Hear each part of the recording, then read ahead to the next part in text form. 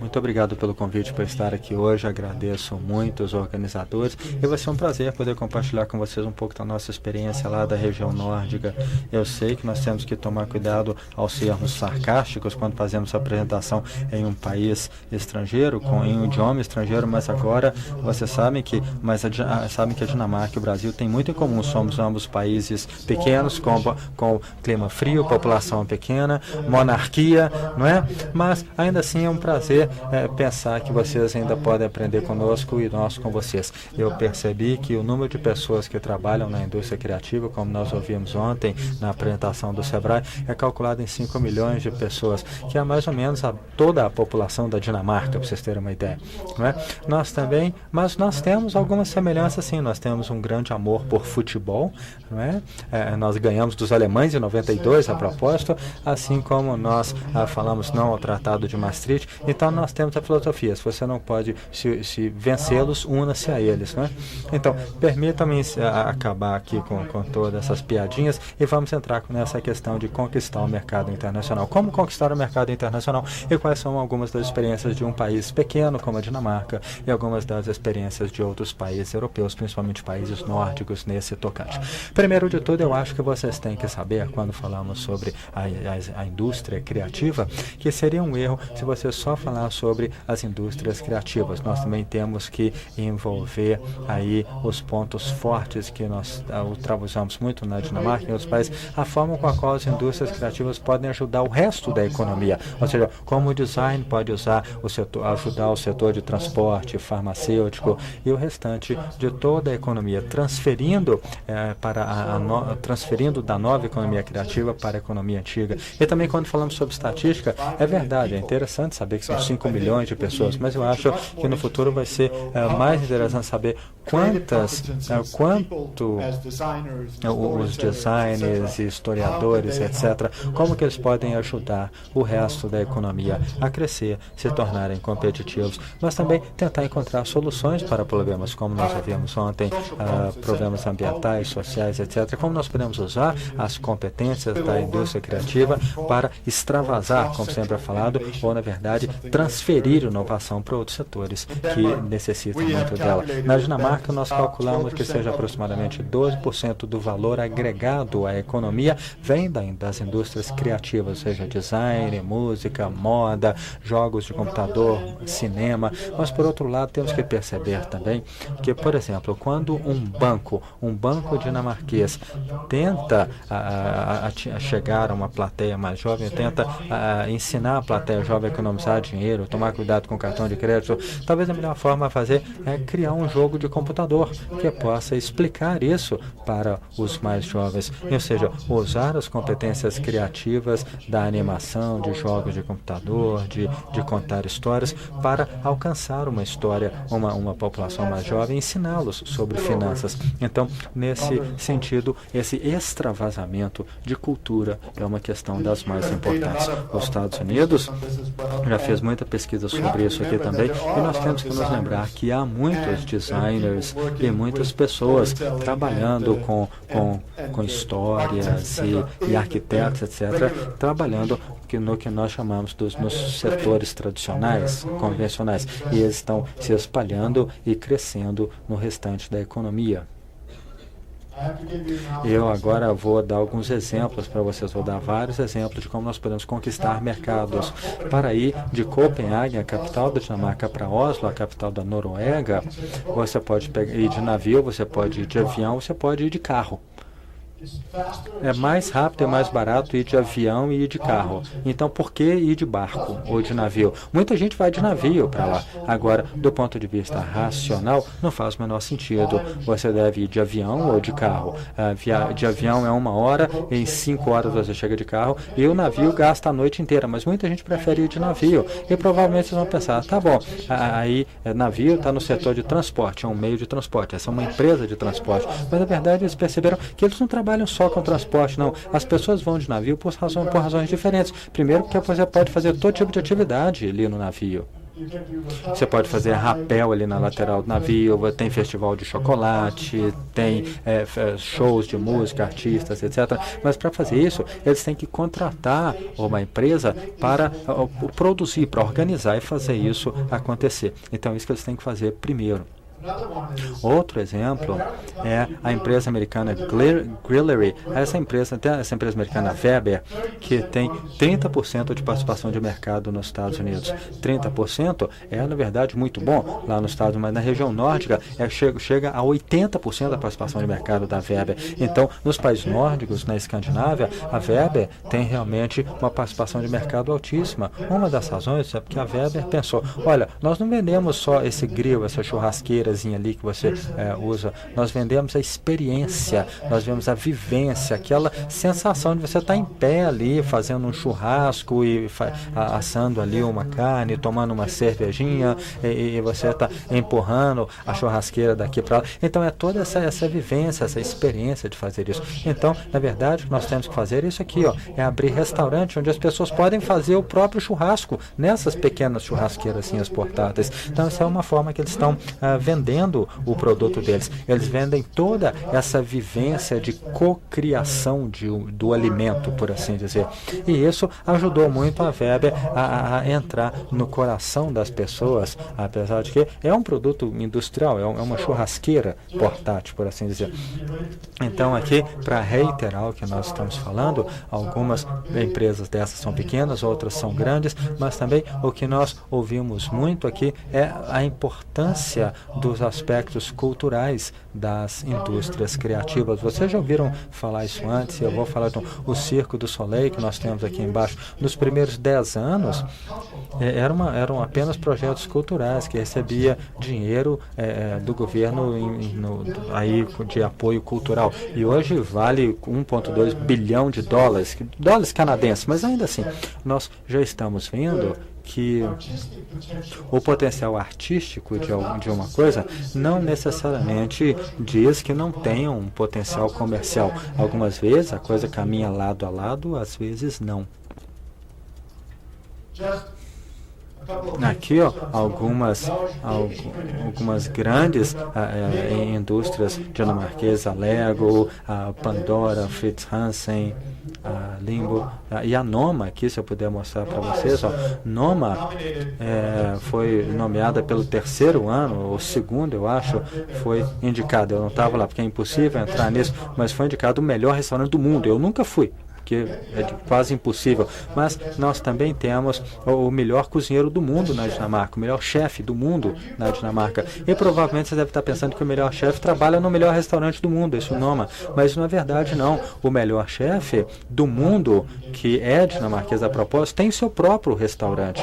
Então, o que eu quero dizer com isso, gente, que nós também ouvimos ontem, é que nós temos que ser democráticos com relação a isso tudo, não necessariamente procurar uma estrela e correr atrás dela apenas, mas tentar aí disseminar. Eu acho que isso está muito dentro da filosofia aí do modelo nórdico, escandinavo, de que o melhor chefe não trabalha no melhor restaurante. Ou seja, nós podemos, na verdade, dividir isso, espalhar isso. Programas de televisão, seriados de televisão. Nós estávamos caminhando no Iotinha 2 dias atrás, fantástico a propósito, e estávamos falando sobre como os seriados de televisão brasileiros conquistaram o mundo. E eu falei, eu nunca vi nenhum programa de televisão brasileiro. E aí eu comecei, obviamente, falando sobre todos os seriados dinamarqueses, que também já foram exportados para o mundo todo, já ganharam Emmys, e agora ganhamos um Oscar também para melhor filme estrangeiro. E nós estamos muito bons com essa questão de contar história na televisão. E, obviamente, eu não estou aqui para falar sobre isso, para contar vantagem. Mas uma outra coisa que eu quero dizer, ao invés de ser democrático, é encontrar a sua verdadeira competência. Vocês já devem ter ouvido falar do Hans Christian Andersen, o o historiador. Os dinamarqueses são muito bons em contar história. Nós somos bons para contar história e contamos histórias sobre pessoas reais, em situações da vida real. E é por isso que o Borgen, que tem a ver com uma situação governamental, que é uma verdadeira primeira-ministra que trabalha enfrentando seus problemas lá no seu país. É um seriado que tem muito sucesso. Nós somos bons nisso, de contar a história. Não com toda aquela questão artificial, efeitos artificiais, etc. Não, nós somos bons no básico, pessoas verdadeiras que têm as suas dificuldades, seus problemas para enfrentar todo dia. É isso que nós somos bons e a gente deve se concentrar nisso. É assim que nós conquistamos o mundo no campo de programas de televisão e filmes. Agora, na área de design, eu fui à Bienal ontem, fantástica, espero que vocês todos tenham a oportunidade de ir lá visitar a feira, realmente um trabalho impressionante. E nós saímos um pouquinho, tinha um café ali, e o café, muito orgulhoso deles terem algumas cadeiras de Arne Jacobsen. Mas eu sinto em dizer que eu não acho que sejam reais, não, né? São cadeiras, com certeza, mas não são da Arne Jacobsen, não. Arne Jacobsen, na verdade, foi um grande arquiteto da Dinamarca. Ele criou vários produtos diferentes, algumas cadeiras muito conhecidas. Fritz Hansen é a empresa que, na verdade, comprou a licença. O Arne Jacobsen faleceu e eles é que estão distribuindo as cadeiras que ele projetou. Então, o que a gente faz agora é que nós temos esses produtos icônicos que você, na verdade, não pode tocar, porque o design, infelizmente, já faleceu. Mas o que acontece é que o proprietário da Fritz Hansen, o administrador da Fritz Hansen, jantou com um famoso artista dinamarquês, o Tal R, esse artista famoso, que colecionava tecido, gostava de colecionar tecido. E eles criaram, então, 50 diferentes cadeiras dessa com tecidos diferentes, coisa completamente nova, aí toda de retalho. Imagina, eles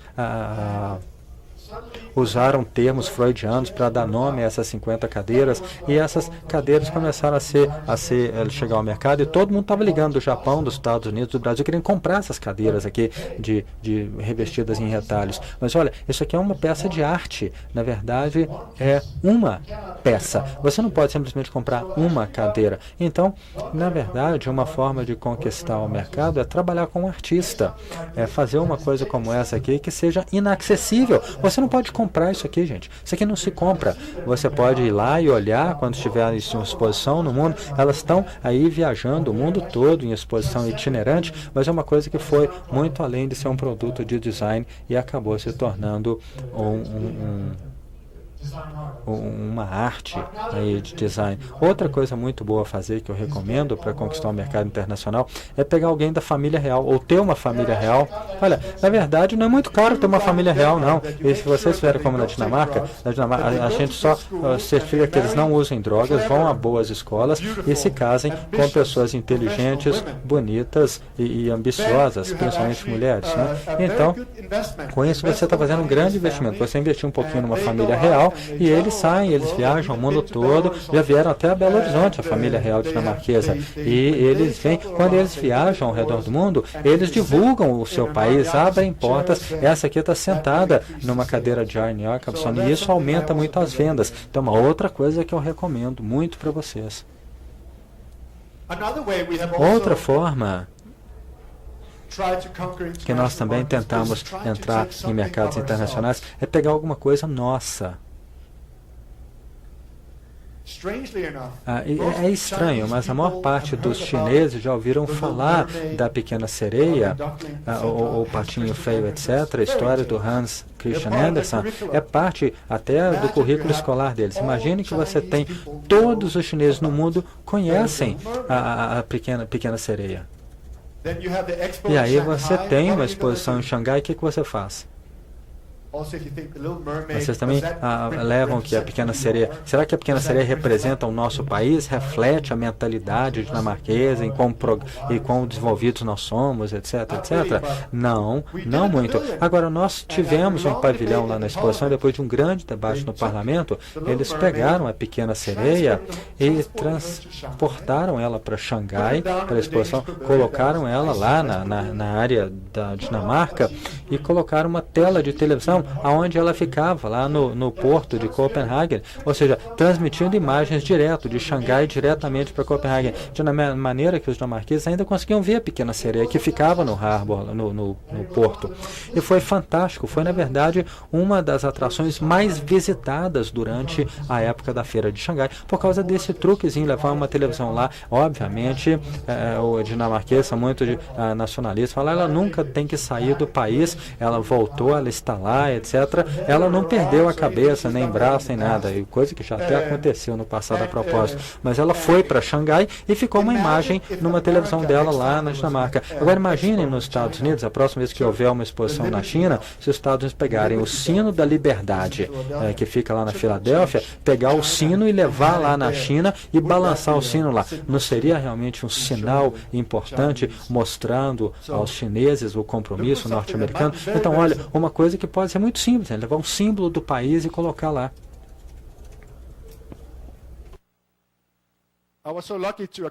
Felizmente, eu acompanhei a princesa e o príncipe da Dinamarca à Austrália em novembro do ano passado, e a Dinamarca é novamente esse paizinho que foi à Austrália, em Sydney e Melbourne, tentando mostrar um pouco do nosso país, mostrar que nós somos fantásticos. É isso que a gente faz quando a gente faz essas delegações comerciais, leva a delegação comercial a algum país, e todo o encontro lá chamava o Estado Verde. Pense na Dinamarca.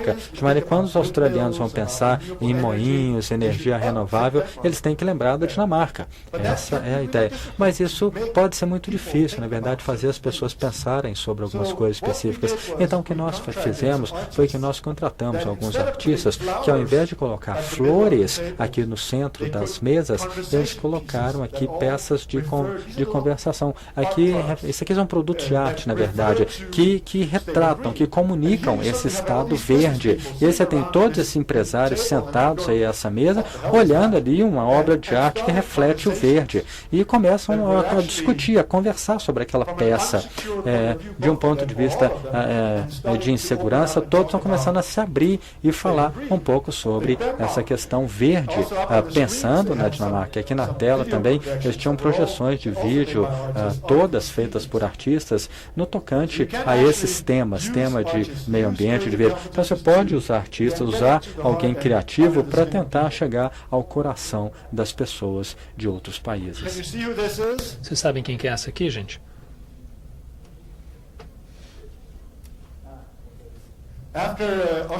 Olha, depois da Austrália, eu fui para um outro lugar onde tinha uma outra exposição a respeito de Dinamarca, e eu me encontrei com esse artista, Peter Round é o nome dele. Nós começamos então a observar lá uns trabalhos feitos em vidro, assim, ficavam tipo no fundo da sala, e estava essa pintura ali. E o pintor falou o seguinte: você sabe quem que é aquela pessoa ali? E eu fiquei olhando para aquilo, não, sei lá, quem que é aquela pessoa ali? E aí eu fui olhar, o que, isso aí é o Putin? E era ele mesmo. Pois é, ele tinha feito essa pintura chamada Rainha da Rússia, que era um comentário do fato de ser antes da época que o Putin foi reeleito. E se ele fosse ser reeleito, pensa bem, ele estaria ali no cargo há mais tempo que muitos dos soberanos, das czarinas da Rússia, e também por conta das próprias leis homofóbicas que estavam sendo aprovadas em várias cidades lá na Rússia. Então vejam bem, o Vietnã, que é um país comunista, não gostou dessa coisa, de ofender o Putin, então eles removeram essa obra de arte e não queriam que ela fosse exposta de maneira alguma. Eu achei que a história era muito boa, então é claro que eu contei para o pessoal da imprensa: ó, gente, olha aqui, dá uma olhada ali, ó, aquela ali é uma belíssima obra de arte, vai lá tirar foto dela. Então, às vezes, você provocar as pessoas também é uma maneira de conseguir obter a atenção que você precisa. Agora, infelizmente, eles disseram o seguinte: lá o embaixador dinamarquês foi lá e falou o seguinte: olha, nós temos que parar com essa coisa toda na mídia aí, caso contrário, os artistas ou os vietnamitas vão acabar sendo presos e os dinamarqueses vão ser expulsos, mandados para casa, então a gente não pode ter esse tipo de menção de maneira alguma. Então toda a promoção depois foi realmente feita um mês depois, quando o pessoal já tinha, enfim, ido embora para casa, porque já estava seguro. E essa pintura foi inspirada, na realidade, gente, Houve uma princesa dinamarquesa que se casou com a família dos czares russos e ela foi a mãe, inclusive, do czar Nicolau, que depois foi assassinado. E é claro que serviu de inspiração para essa pintura. Então a provocação também pode servir de forma de se alcançar esse tipo de promoção. A história a respeito aqui da Anne Black, que ela é uma ceramista que é muito boa a propósito naquilo que faz, e ela se casou com um sujeito que é um economista que falou o seguinte: você vai fazer só isso aí? Quer dizer, eu é que vou ter que ganhar todo o sustento da casa e o dinheiro você vai ficar em casa fazendo cerâmica? Não, não é um bom negócio isso aí pra gente, não. Então ele saiu por aí, viajou, foi em 15 países diferentes do mundo e acabou então chegando lá numa fábrica que fica próxima a Hanoi, lá no Vietnã, onde eles tinham toda essa habilidade, né, essa capacidade de produzir manualmente essas cerâmicas da mesma forma como a Anne Black fazia, tá? Toda essa cerâmica aqui dessas imagens. Então, essa história, gente, ela fala não apenas da escalonabilidade, ou seja, de como você trabalha quando você trabalha com artesanato, mas de que você pode também identificar outras pessoas no mundo que tenham o mesmo orgulho de fazer esse trabalho, porque isso é importante, e o orgulho de fazer um belo produto, e gente que tem a capacidade para fazê-lo. Mas essa também é uma história que fala a respeito disso. Às vezes você tem que ter alguém com aquela fagulha criativa, digamos, com aquela competência criativa, e gente com tino comercial para fazer a coisa casar e funcionar. Quer dizer, os dois não estão casados a propósito, eles brigam muito, pelo que eu sei. Ouvi do marido, inclusive, essa fofoca, mas de qualquer maneira é uma simbiose, né, entre essas habilidades diferentes que acabaram abrindo uma empresa que hoje está se desempenhando muitíssimo bem. E, inclusive, é uma coisa que vocês também devem levar em consideração quando vocês viajarem aí para o exterior e tentarem internacionalizar seus produtos. Vou falar mais um pouquinho a respeito dessa história aqui, gente. Isso aqui, gente, é assento de sanitário, de vaso sanitário, que foram reproduzidos, ou produzidos, na verdade, na Dinamarca. E o truque, gente, disso aqui, eu vou cochichar aqui no ouvido de vocês, é o seguinte: o pessoal se cansa disso aqui, então eles vão e compram os novos. Por que assento de banheiro, gente? Porque isso aqui é o tipo de coisa que você tem isso aí para sempre. Esse tipo de assento aqui, ó, você até muda. Então, de repente, um produto que você queira, que de repente não seja uma filosofia tão boa, mas a boa coisa é que este aqui, ó, eles colocaram isso aqui no assento quando a Madonna foi visitar Copenhague. E ela gostou tanto que ela pegou esse assento aqui e levou com ela. Sabe, lá que ficava inclusive lá no lugar onde ela fez o show, levou isso aqui de volta com ela lá para os Estados Unidos. Então, no mínimo, gente, é uma boa história para contar. No mínimo, se você está tentando vender, no caso, assentos para vaso sanitário. Pensa bem, a Madonna roubou um assento de vaso sanitário.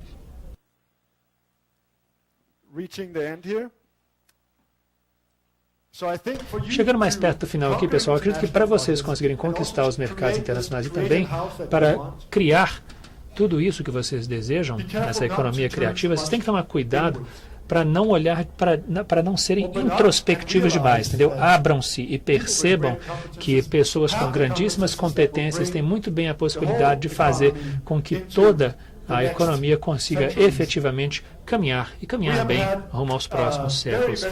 Nós tivemos, inclusive, um fundo muitíssimo interessante, onde a gente financiava produtos que eram de uma empresa, que era uma aciaria, e gente que trabalhava com teatro, trabalhava também com desenvolvimento de produtos, desenvolvimento de novos produtos. E nós tínhamos, então, nesse caso, uma empresa que enfrentava um desafio. Nós tínhamos também aqui do outro lado uma empresa criativa, né, como a gente diria, um artista que tinha as soluções para esses problemas. Eles fizeram um projeto conjunto, tiveram crescimento, e nós, por outro lado, do Estado, nós resolvemos realmente agir de maneira mais inteligente. A gente resolveu, já aprendemos aqui uma lição de como fazer da próxima vez.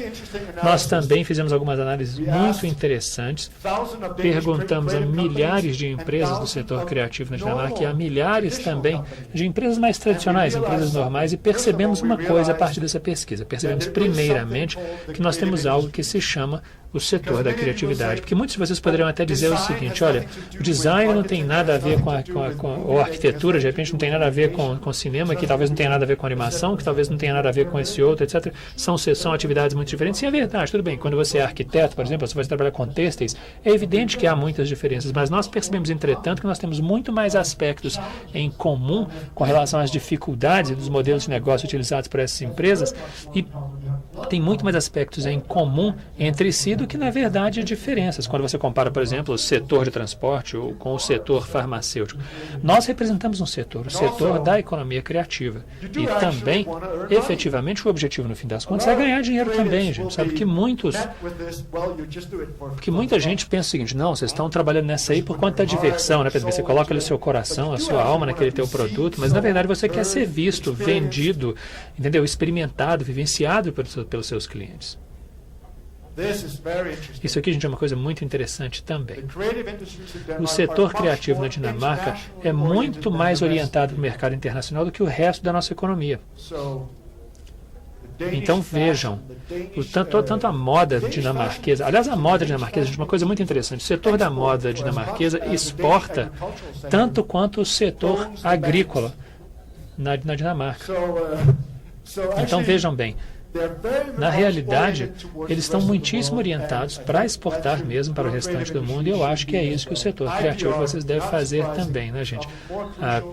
Também a própria proteção de direitos de propriedade intelectual é uma coisa crucial para o nosso setor do que para o restante da economia. E uma outra coisa também, gente, é difícil para todos nós, mas é mais difícil quando você é uma pessoa criativa também em fazer o desenvolvimento do seu negócio, porque não necessariamente, não é igual quando você vende leite, porque leite todo mundo sabe o que é, né? E quando você deseja achar alguém para te financiar, por exemplo, para poder fazer uma nova fábrica de laticínio, você mostra qual é o produto, mostra qual é o modelo de negócio e pronto, está fácil. Agora, quando você chega no estúdio e fala o seguinte: olha, eu vou aqui produzir, por exemplo, um disco de excelente qualidade, mas você não sabe daqui a um ano se esse seu disco vai vender muito bem, mesmo que o seu último disco tenha vendido muito bem.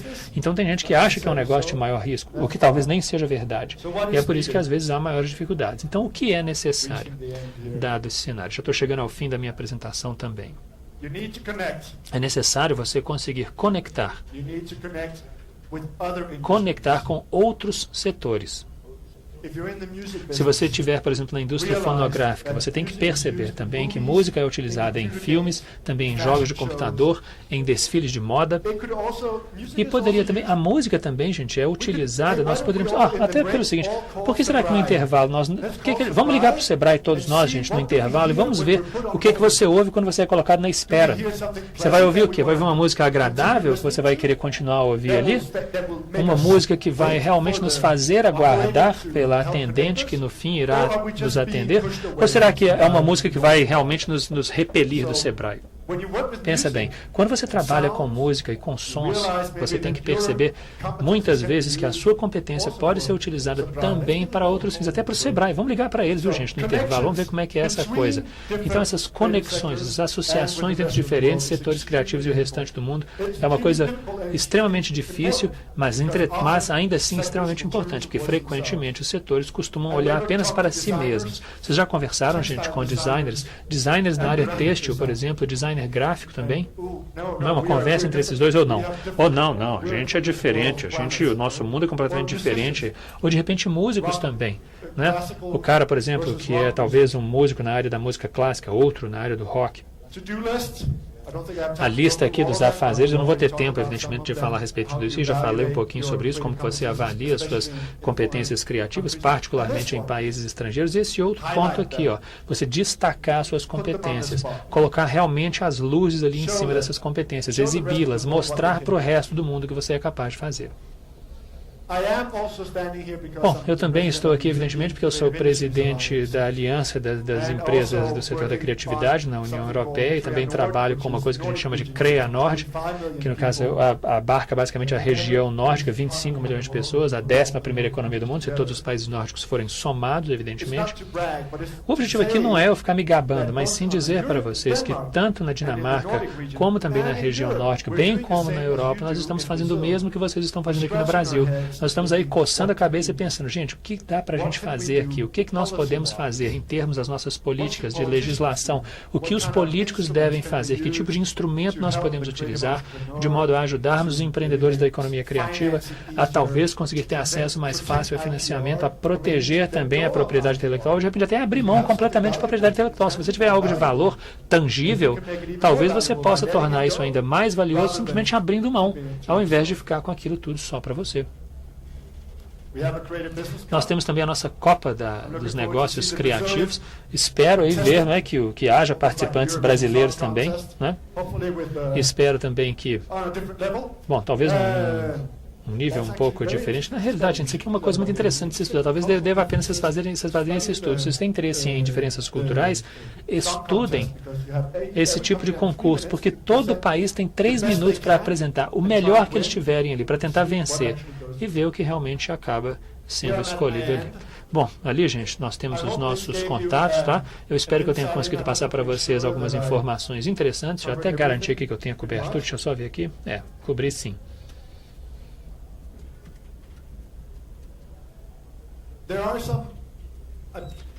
Olha, eu espero que vocês tenham tido uma ideia, pelo menos, né, de algumas das possibilidades e também dos desafios que nós enfrentamos nessa área. Um dos grandes desafios que vocês enfrentam atualmente e que nós também enfrentamos lá na Dinamarca, em primeiro lugar, e a gente falou muito a respeito disso, né? A gente falou a respeito desses vários setores que interagem, que têm algo em comum, gente, e que ao mesmo tempo também fazem coisas para outros setores, né, para o restante da economia. O que torna essa questão é o seguinte: bom, onde é que a gente deve começar? Será que a gente deve se concentrar aqui nesse setor ou naquele outro de lá? Essa é uma das dificuldades. Um outro desafio também que nós enfrentamos é que nós teremos que ter tanto o equivalente ao Ministério do Comércio, porque nós temos questões pertinentes ao comércio, como também à inovação. Essa questão também tem a ver com a questão trabalhista, tem a ver com educação também, né? Quer dizer, você gera brasileiros o suficiente, com as habilidades criativas suficientes também, ou seja, nós temos escolas em número suficiente para treinar todas essas pessoas, ou seja, nós temos os vários setores que estão disseminados por aí, que não necessariamente atuam de maneira única. E nós temos também as políticas que permeiam vários governos, vários ministérios também do governo, e olha, isso muitas vezes também pode significar desafios significativos. Muito obrigado por sua atenção.